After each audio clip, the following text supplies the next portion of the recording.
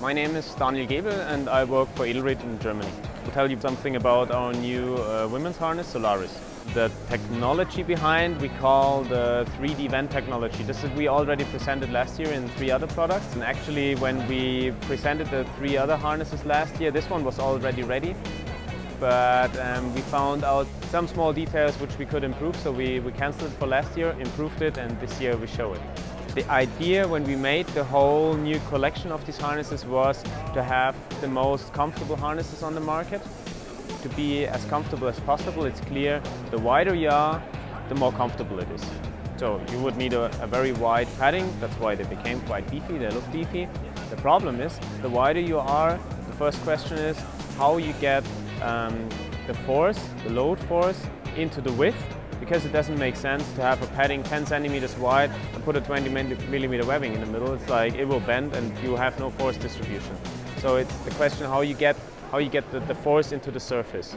That's the first question. The second question is, the wider you go, the more surface of your body you cover and you will sweat underneath. So you still have to keep it somehow breathable. And the third problem is, the wider you go, on the hip belt it works quite well. You could go up to 15 centimeters without hurting anywhere. But in the leg loops, if you imagine you have a leg loop that is 10 centimeters wide here, it will hurt. And the body there is 3-dimensional. So the task that we gave ourselves is going as wide as possible, but still having perfect load transmission, keeping it as breathable as possible, and having a 3D shape on the body wherever it's necessary. So what you can see, we have the big surface, we have a big padding, and the force is distributed over the whole surface of the padding. We come from here, here's where the load is going, and it spreads to those 5 lines of webbing. So exactly what you see is where the force is going, and each of those lines has a strength of about 2 kN, so you have real high safety factor in it as well. The whole foam is perforated. Everything is perforated and there is a lot of breathability there. So it's not a lot of surface that is covered with harness. This was number 2. Number 3 is how to get 3-dimensional, and this you can see here. You can see the curve, and this is exactly where the body is 3-dimensional. On the outside of the leg it's getting flat again, but as soon as you're getting inside of the leg you have the concave shape. And this was quite hard to do in the beginning because it's easy to get a 3-dimensional shape there. You have 2 patterns, they're bent in the opposite direction, and when you start to stitch them they do this. But the problem is how you get the force following the 3-dimensional shape. It doesn't make sense to have 3-dimensional padding and then just put a webbing on top, because there will be no 3-dimensional load transmission. And this again works perfectly with the concept that we have with the lines of webbing that we stitch after we have the 3-dimensional shape. We made some kind of body mapping of men's and women, and we realized that with men's around the hip, they're quite straight usually. So in case you take the pattern from a men's hip, you can just place it on the desk flat, it's possible. With leg loops, it's not possible. You will always have to cut it somewhere to get it flat to the desk.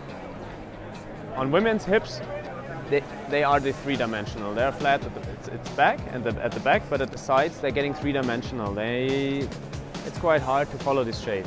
So there we made a pattern for it, and it fitted to some of the women's. We tried it on, and when we had it for more and more people for validation to test it, we could find out that it didn't fit to everybody. So we said, okay, there might be something more in it. So we cancelled it and made a longer research on this. In the end, what we found out is like women's, they usually are there like this in the hip. You have a certain angle of the hip bone and the hip generally, and but there are women who are like this as well. And this was the crux that the problem that we wanted to solve, having a harness that is able to follow all of these angles to make it as comfortable as possible again. And the only solution that we found for this was, it works perfectly with the 3D vent technology, so we have a 3-dimensional ground shape. We put the lines on top, but we want to regulate this angle, and we do this over 2 buckles. So the upper and the lower edge of the hip belt padding is regulated with one webbing, 1 buckle each. You have the loop, you pull to close, and it adjusts by itself on the body the angle of the hip. we added the special loop here, which is equalizing the tension of the webbings here. It wouldn't work. At the beginning, we just made a loop of this webbing, and it didn't work that perfect because it happened that sometimes you adjusted the upper and lower edge too strong, not strong enough. With this, it works perfectly. You just pull, it's locked. You will feel that the tension on the upper and the lower edge of the padding is exactly the same. It equalizes by itself. It's quite funny to try to hang on it and then open just one of the buckles slightly, at just a centimeter. Now the angle on the outside is more or less straight. And if I open now the lower one, you see how the angle changed.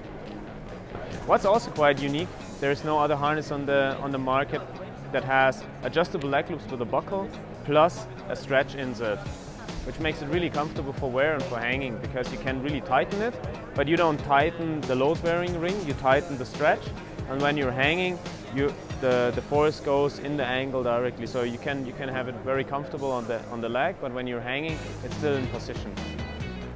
What is maybe a little bit unique is the adjustment of the bump straps.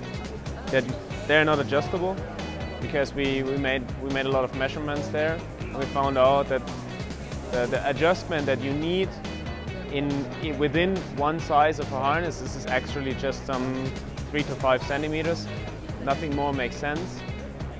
So what we did is making it not adjustable, because I hate it when I see people with the harnesses that I designed, they're running around and the one is totally too long, the other one is too, like, I hate it. And I don't want to go there and explain them, hey, this could be nicer if it would be more comfortable if you would adjust it equally. So it should be more or less self-explaining. It's like, should be working by itself.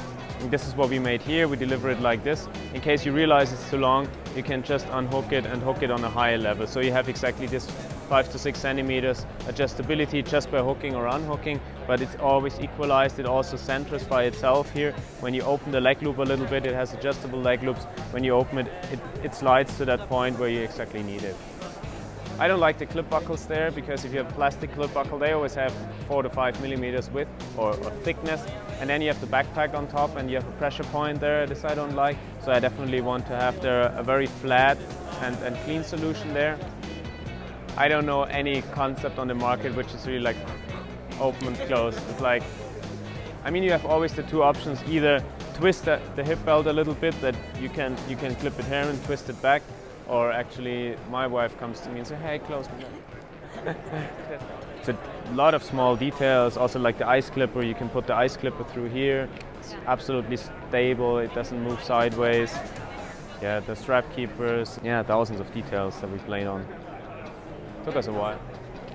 This is the story behind the 3D vent technology and the new women's harness. And when you understood this problematic of the different angles, and you see this harness, it's like, for me, it's really the first women's harness on the market, because what we regularly have been doing to make, we have a unisex harness, men's harness, and to make a women's harness out of it, we make a different combination of hip belt and leg loop, so making the hip belt a little bit smaller, making higher rise, but that's it more or less.